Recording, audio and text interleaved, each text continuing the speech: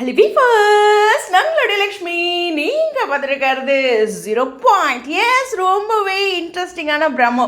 அப்படியுமே வியாழக்கிழமை வெள்ளிக்கிழமை 2 எபிசோடில் ஒரு மெனக்கெட்டு விஜய் அவ்வளோ தூரம் நிவின் பேரண்ட்ஸுக்கு சொல்லிவிட்டு ஒன்றுமே தெரியாத மாதிரி பசுபதி சொன்னதுக்கப்புறம் அவங்க வராங்களே அப்படிங்கிற மாதிரி ஒரு ஷாக்காக இருக்குது. எங்கே இருக்கீங்க, இங்கே வாங்க, இங்கே தான் கல்யாணம் அப்படிங்கிற மாதிரி நிவின் அப்பா என்னமோ பெரிய நல்லவராட்டெல்லாம் பேசிகிட்டு இருந்தார். சரி, வாழ்க்கையில் இப்படிலாம் நல்லவராட்ட பேசுகிறதும் பெல்ட் அடிக்கிறதும் நம்ம பார்க்காத ஒன்றா.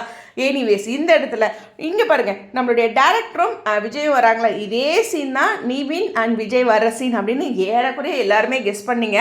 இதை நான் தான் கெஸ் பண்ணேன்னு பெருமை பேசலை. ஸோ இது எல்லாருமே கெஸ் பண்ண விஷயம் தான். ஓகே, இங்கே இந்த மாதிரி சீன்ஸ்லாம் காவேரி சைட்லேருந்து நம்ம லவ் எக்ஸ்பிரஷன்ஸ் அது மாதிரி எதிர்பார்த்துட்டு இருக்கும்போது பின்னாடியே இப்படி ட்விஸ்ட்டு கொடுத்துட்டாங்களே அப்படிங்கிறது தான். ஓகே, பசுபதி வந்து செமையாக டைலாக்ஸ்லாம் சொல்லிட்டு இருப்பாரு. எங்கே போய் விஜயும் நிவினும் வந்துட்டு என்னம்மா நீ இப்படிலாம் திட்டம் போட்டுட்ருக்க, ஸ்கெட்ச் போட்டுட்ருக்கேன்னு சொல்லும்போது விஜய் அழகாக அழைச்சிட்டு வந்து நேரம் ஆயிடுச்சு, பொண்ணு போய் கிளம்பு, ரெடியாங்க அப்படிங்கிற மாதிரி சொல்லிட்டு இனிமே ஏதாச்சும் பண்ண அப்படிங்கிற மாதிரி பசுபதிட்டு சொல்லிட்டு இருக்கும்போது அந்த இனிமேங்கிற விஷயத்தை தான் பசுபதி அந்த இடத்துல செய்கிறாரு. ஸோ உடனே தன்னோட தங்கச்சி வீட்டுக்காரருக்கும் தங்கச்சிக்கு ஃபோன் பண்ணி அந்த லொக்கேஷன் போரூர் பொன்னியம்மன் கோயில் அப்படிங்கிற விஷயத்தையும் சொல்லிடுறாங்க. இவங்க இந்த இடத்துல வரதுக்குலாங்க கல்யாணம் முடிஞ்சிருதா அப்படிங்கிற ஒரு விஷயம்லாம் இருக்கட்டும்.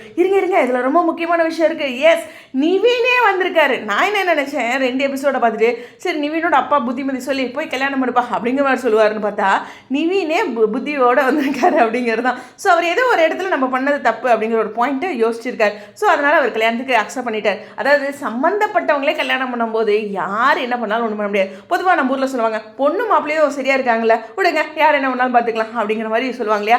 அந்த ஒரு விஷயம் தான் நிவின் கிட்டே இருக்குது. ஸோ நிவின் தெளிவாக இருக்காரா அப்படின்னாலும் அவர் ஒரு குழப்பத்தில் தான் இருக்கார். பட் இருந்தாலும் ஒரு ஃபோர்ஸ்டில் இருக்கார், அதுவும் அக்ரி தான். பட் இருந்தாலும் இந்த இடத்துல யமுனாவை கல்யாணம் பண்ண வந்துட்டார்ல அப்படிங்கிற ஒரு விஷயம் தான்.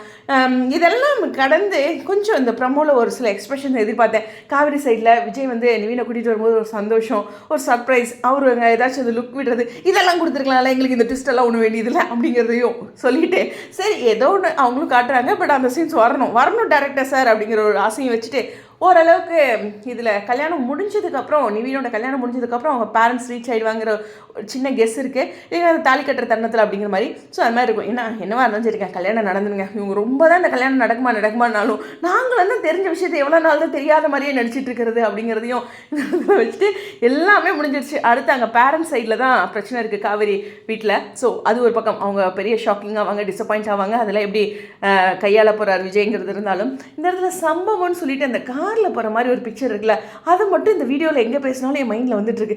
இது நிவின் அழைச்சிட்டு வர்றது தான் அந்த இடத்துல வீடியோ எடுத்து இப்படி கொடுத்துருக்காங்களா சம்பவம்ன்ட்டு, இல்லை மறுபடியும் இந்த கல்யாணத்துக்கு அப்புறம் ஏதாச்சும் இருக்கா அப்படிங்கிறத பார்ப்போம். ஸோ வெயிட் பண்ணி பார்ப்போம். என்னவா ட்விஸ்ட் இருந்தாலும் சரி, கல்யாணம் நடந்துச்சு, பெரிய ட்விஸ்ட்டாக கொடுக்குறாங்களே, நம்மளும் தெளிவாக இருந்தாலும் அப்படிங்கிறதையும் பதிவு பண்ணி இந்த வீடியோவிலேருந்து விடைபெற்றதுக்கு முன்னாடி ஒரே ஒரு விஷயம், இந்த வருஷம் 3 விருதுகள் லக்ஷ்மி பிரியா வாங்கியிருக்காங்க.